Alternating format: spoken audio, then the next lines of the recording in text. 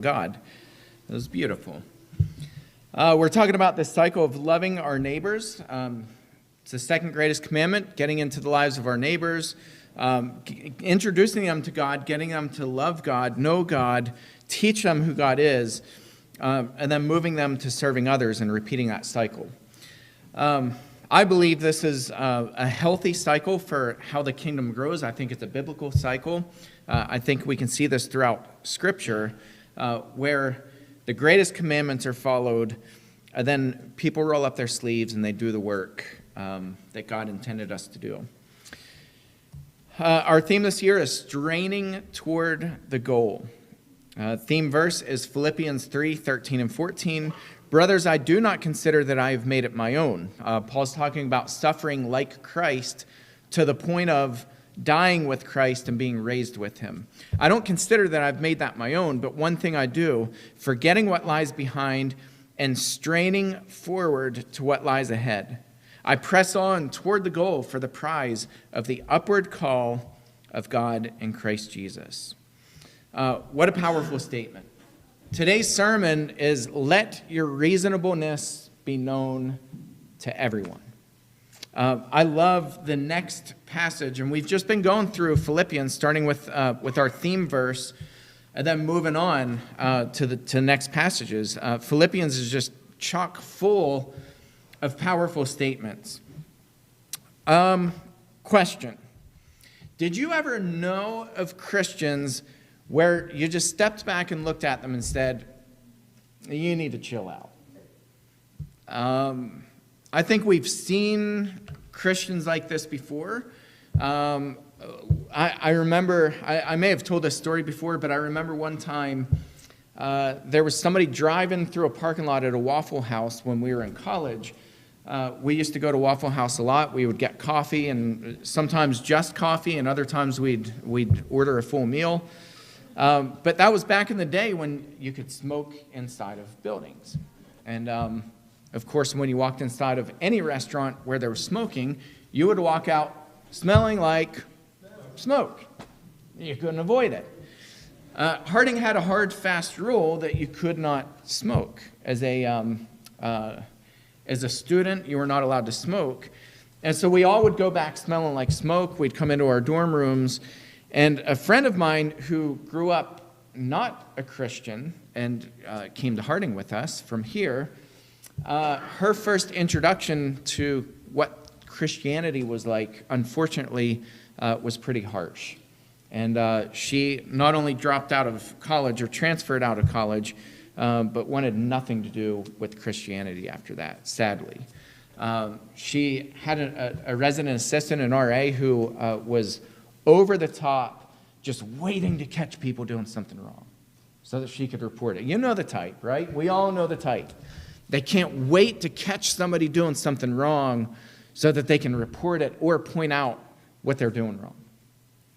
And of course, for her, it was smelling like smoke.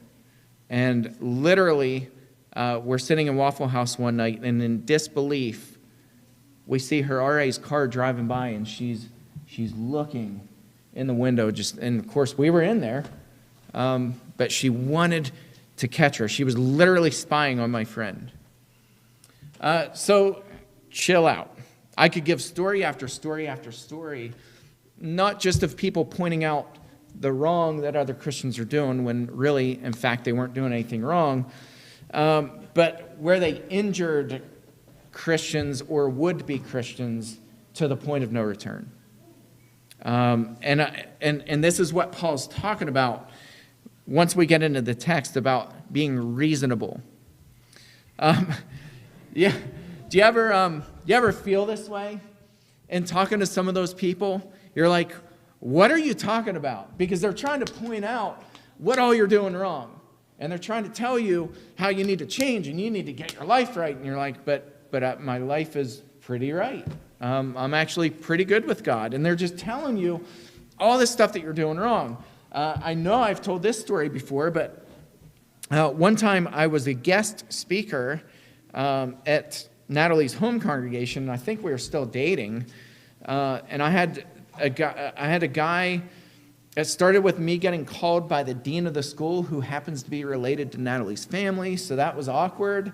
And he wanted me to drive 2 hours to Memphis to have a meeting with him about a sermon that I preached in Michigan.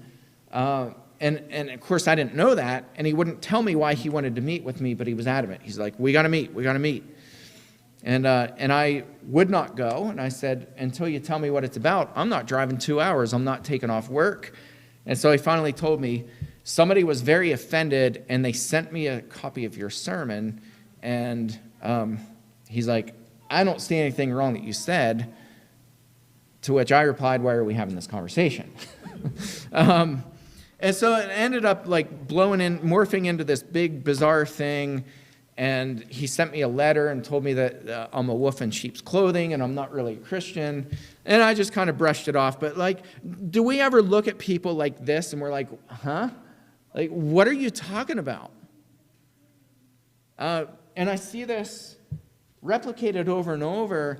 And I just had a conversation, actually 2 conversations in the last week. And we were talking about what's happened to the victim advocacy community.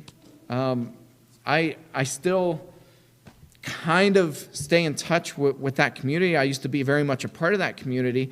And finally, I stepped away because it got so poisonous, where people were pointing the finger and doing the same thing that these Christians do, where they're trying to point out all the wrong that people are doing, and they're trying to catch somebody doing something wrong, and there's backstabbing, and it just gets really bizarre. And so I had a conversation 2 days ago on Friday, and this woman said, I don't even recognize the advocacy community anymore. I don't even recognize it anymore. And I've heard people talk about the church that way. There's a passage where Jesus addresses this. You remember when he accuses people, he accuses the Pharisees of straining out a gnat and swallowing a camel. You strain out the gnat, but you're swallowing the camel. Here's the context for that. Woe to you, scribes and Pharisees, hypocrites! For you tithe mint and dill and cumin, and have neglected the weightier matters of the law, justice and mercy and faithfulness. These you ought to have done without neglecting the others. You blind guides, straining out a gnat and swallowing a camel. And so what Jesus is addressing are the people who, they're faithful, right? In what they do. They're faithful in going through the motions. They tithe. And by the way, giving 10% of your income, kind of a discipline. It's not easy to do. If you're giving 10% of everything that you make, that's a big commitment. And he says you tithe all these things, and you're faithful in these things, but you neglected justice and mercy and faithfulness. You're treating other people like garbage while you tithe. And so I want to point out examples in Philippians in light of our theme, because our theme is straining toward the goal, straining forward, working or hunting down that goal of the upward heavenly call. Knowing what that goal is and aligning everything in our life to get there. And that's not easy to do, right? Because we get distracted easily. There are all kinds of things that come up in life, all kinds of problems, all kinds of issues, all kinds of fun things that we want to do kind of as an outlet to get away from all those things. We want to plan big vacations, drop massive amounts on vacation, which is okay if you budget for it. But I know people who credit card vacations to the tune of tens of thousands of dollars. And so Paul's saying, all this other stuff, I forget. I leave behind me. And I press on and I strain forward towards that goal. That's what matters. And in that context, he says, I want to be like Christ. I want to be shackled with him. I want to suffer with him. I want to suffer like him. And I want to be raised up as he was raised up. That's where Paul's focus is. And so he appeals to this example setting, which was last week's sermon. And here's some of the things that he says, because it kind of spills into our passage today too. Paul says, brothers, join in imitating me. In other words, follow my example as I follow the example of Christ. And the question I posed last week is, are we living a life that's worth asking people to model? Are you at a place in life where you can say with bold confidence like Paul did, I want you to follow my example? Brothers, join in imitating me. Paul also says, keep your eyes on those who walk according to the example you have in us. As other people follow our example, as they live like we live, keep your eyes fixed on them. Stay focused on them. Model their behavior. Later on in chapter 4, he says, what you have learned and received and heard in me, practice these things, and the God of peace will be with you. Again, do you have the bold confidence to make that statement? To tell somebody what you've heard in me, what you've seen in me, what you've received in me, what you've learned from me, practice those things. And the God of peace will be with you. And then backing up a couple verses, and this is our main verse for today, let your reasonableness be known to everyone. In other words, model good behavior for everyone. Let everybody know what your reasonableness is. And this word for reasonableness is really important because it's the word for justice, but then there's kind of a prefix to that word. Often in the Greek language, they smash two words together to make one word, and it means beyond justice. And the sense of the word is to go beyond justice and to lighten up, to not choke people out. What a metaphor this morning that at 3 a.m, I'm getting all these puffs of smoke coming in. I had Adam come in the other day. He cleaned my chimney a couple days ago because it gets plugged up with creosote, because when we get these extreme temperatures, it keeps cooling up at the top, and about the top 6 inches it'll eventually get plugged shut with creosote. Well, the other day it plugged completely shut with ice, and I could tell. Cameron and I were reading in the basement. We heard a loud bang, and Cameron was like, what just fell? I mean, it was loud. And I walked in, and there's this smoke kind of rolling through the basement.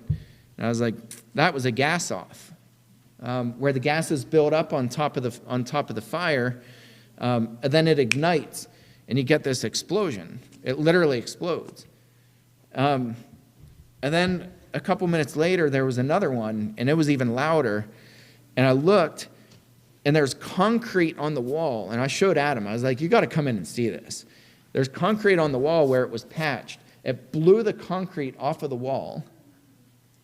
And out on the deck, there are like chunks of ice where it blew the ice out. And then it started drafting, and it like opened it up. So the key in life is let things build up until they just blow up, and then everything will be all right. No, that's not good advice. But Adam opened it up. There was some creosote in there, and it was drafting so good. And I had a nice hot fire last night when I went to bed. At 3 a.m, I got up to feed the fire again. It gets hungry when it's this cold, and it's not drafting again. And I'm like, there's more ice. So I was able to get the ice melted, and then it started drafting again. But it's interesting, right? Like, this choking down happens so quickly. And what Paul's saying is, lighten up and don't point at people. Don't tell people all the things they're doing wrong. Don't be the person who strains out a gnat, but you let this camel in. Let your reasonableness, let your justice or your going beyond justice for the sake of keeping the spirit of the law be known to everyone. He's not saying just relax and let people do what they want, live how they want. That's not at all what he's saying.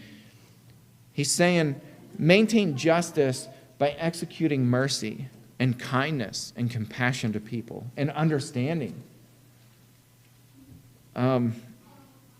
There's so many people. Mom and I have this conversation constantly, and we're like, there are all these surface behaviors that you can look at and be like, what a toxic person. But then you step back and you're like, you have no idea what they've been through. You have no idea the tragedies that people have been through, the losses that they've experienced in their life. Broken relationships, lost children. She sent me a post that somebody put on her page the other day, and it's just losing child after child. It's bad enough to lose one child, but some of these people have lost all of their children. And you look at that and you're like, should we drive through parking lots and spy on people and see if they're really in Waffle House smelling like smoke? Or should we teach them who God is while exercising mercy and compassion and kindness and understanding? Now, I'm reading through the Bible in 90 days, and it's kind of a fast pace, three months, and I'm on track so far. But I'm going through Exodus and Leviticus, and I'm counting how many times the Israelites just went off the rails. They were being the people Jesus was describing. They're being hypocrites, and they're pointing at Moses, and they get to the water at the Red Sea, and they're like, why did you bring us here to die? We want to go back. We want to go back to Egypt, and we were better off being slaves. Then they cross the Red Sea, and they say it again. And then Moses, his sister Miriam and his brother Aaron start grumbling to each other about their sister-in-law. They're like, we don't like this lady that he married, and they grumble to God, and God's like, leave Moses alone. Chill out. And they keep coming back, and they're like, Moses, you're a terrible leader. You're awful. Korah, right, rose up, and he started grumbling to the people about Moses, what a bad leader he is, and he's just this horrible person, and he doesn't do anything right, and we're out here in the desert, and we're only getting bread, we're not getting meat, and isn't this just horrible, and this is awful, and what a horrible person, and we were better off back in Egypt. They keep saying that. We were better off back in Egypt. We were better off being slaves. And then, of course, Korah and all the people around him die. Well, then it doesn't stop there. The people keep grumbling, and then God sends a plague, and there are snakes, venomous snakes that start biting people, and thousands of people die. And God over and over is saying, chill out. Let your reasonableness, let your justice and your mercy be known to everybody.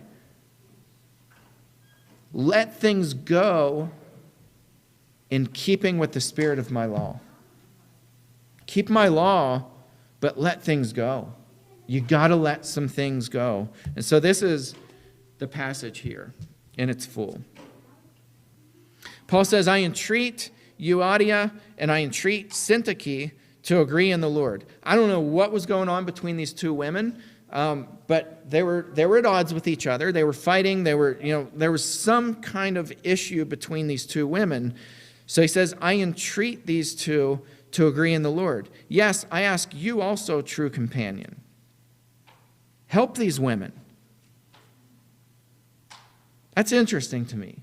Because the first response is either to be like, I'm going to stay away from them, or to yell at them and be like, straighten up, you dumb ladies. But Paul's saying, I ask you to help these women. Help them out. Be kind to them. Help these women who have labored side by side with me in the gospel, together with Clement and the rest of my fellow workers whose names are in the book of life. Question for you. Where's Paul's focus? Is it on this little spat that they're having, or is it on the goal of heaven? Is he saying all this other stuff does not matter? These women are my fellow workers. Their names are written in the book of life. Help them out. Help them. Then he goes on, rejoice in the Lord always. Again, I say rejoice. Let your reasonableness be known to everyone. Set an example so that your reputation, people know the church in Philippi as the church who treats people with fairness and kindness and reasonableness. Let that be known to everyone. The Lord is at hand. Do not be anxious about anything, but in everything, by prayer and supplication, with thanksgiving, let your requests be made known to God.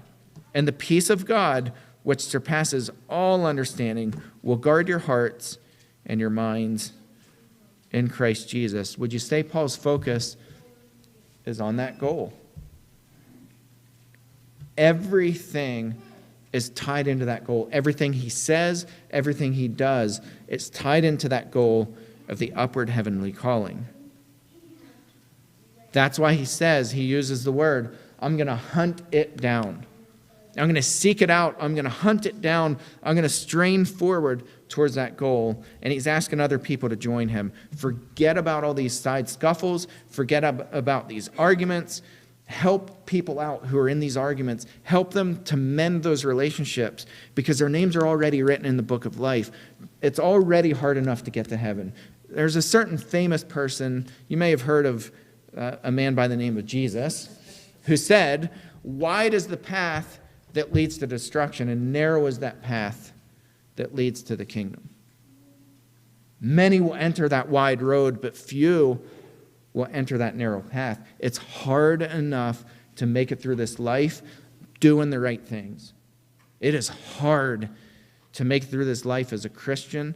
It's hard to make it through this life as a decent human being who doesn't fly off the handle at everything that happens. It's hard enough to make it help each other out. Christians have got to stop devouring each other. And I'm not talking about this church, so don't get uncomfortable and be like, uh-oh. Generally, Christians have got to stop devouring each other and start exercising reasonableness, mercy, justice, faithfulness. Let that reputation be known to other people. The question is, when people say those Christians, ...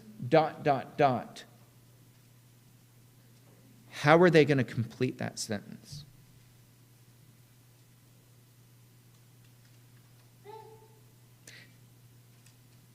If it's in a positive way, that's how you ought to align your life and live your life as a Christian. Because people are either going to say, those Christians are the kindest, most compassionate people I've ever met. I didn't expect that.